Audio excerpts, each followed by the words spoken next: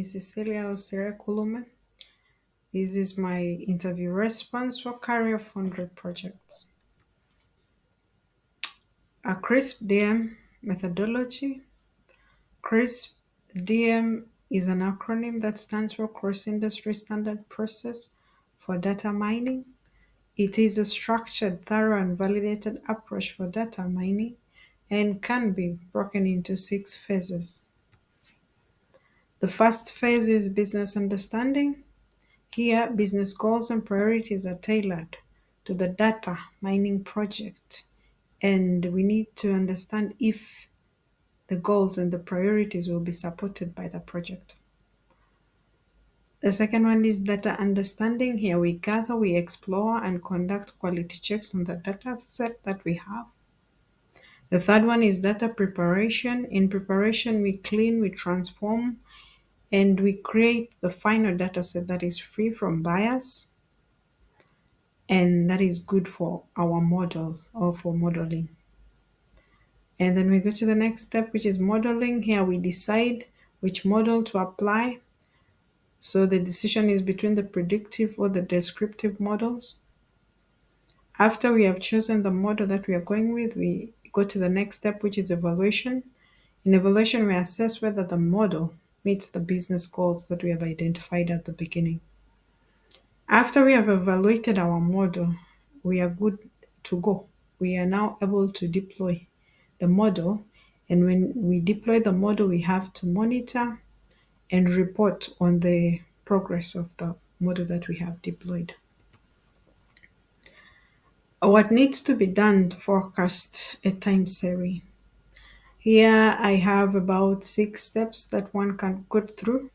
The first one is data collection. We need to gather our data with having an item in the back of our mind that time here is a very important variable. The second step, we need to explore this data. We need to identify the patterns, the trends, the anomalies that could be with the data. We go to the third step, which is data cleaning. We need to remove the outliers and any other biases that this data could have. Like we said earlier, the anomalies. Once we have cleaned our data, we are good to go for the stationary checks. And here we would want to see how we could transform our data to fit the project that we want to do.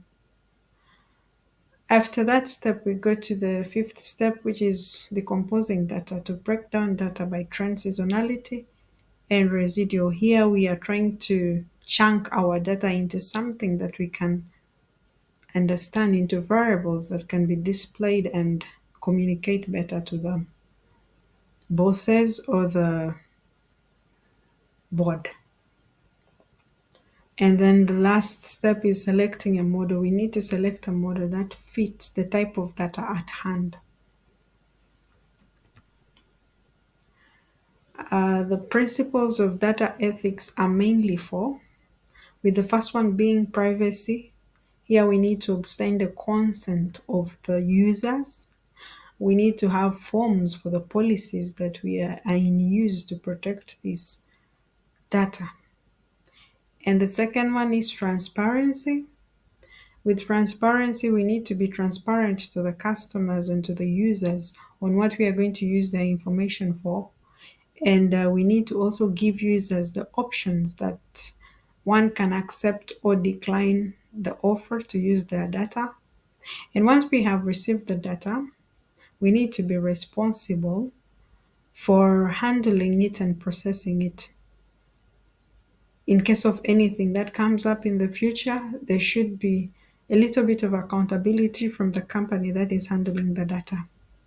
And the last principle here is equality.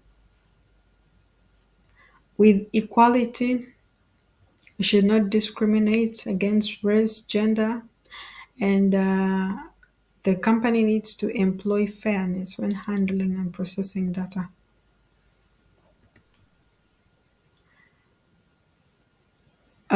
I would want to stress a point here, which is data bias, which is the main point. Data bias here occurs when data doesn't tell the full story, when there is a limit to what data is trying to tell us. and there are certain things that we can't understand. And I would suggest ways that I would suggest to raise these concerns to my manager or to my boss is by providing specific evidence, let's say graphs, visualizations that I would have them have them understand where I'm coming from, where my complaint is coming from, and where my complaint is headed. I would also emphasize the impact of potential legal risk to them, give them the legal aspect of it in case anything goes wrong with this data, in case give a false we give a false decision, and what would come out of it in case the data also leaks out. I would also suggest that we go through bias audits, especially before handing the data to the team that would process it and analyze it. For regression model, regression is in essence relational. It relates from one thing to another. And here, regression models are used to measure the relationship between quantitative variables such as price of commodities. So here I would want to compare the price of bread to the price of sugar. But we can also compare price to the commodity itself. Is it worth to pay €2 for a loaf of bread? And with the classification model, a classification model is categorical in nature. They help predict that the category of an entity, category that an item would fall under. Let's say, for example, we want to talk about somebody buying and someone not buying, a customer buying and customer not buying. We would want to understand which one will buy and which one will not buy. We are studying the patterns of customers. So one of the predefining feature that one would use would be buying and not buying.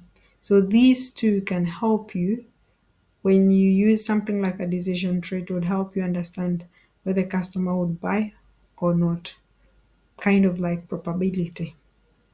I would say thank you for listening, and let me know if you have any questions. Thank you.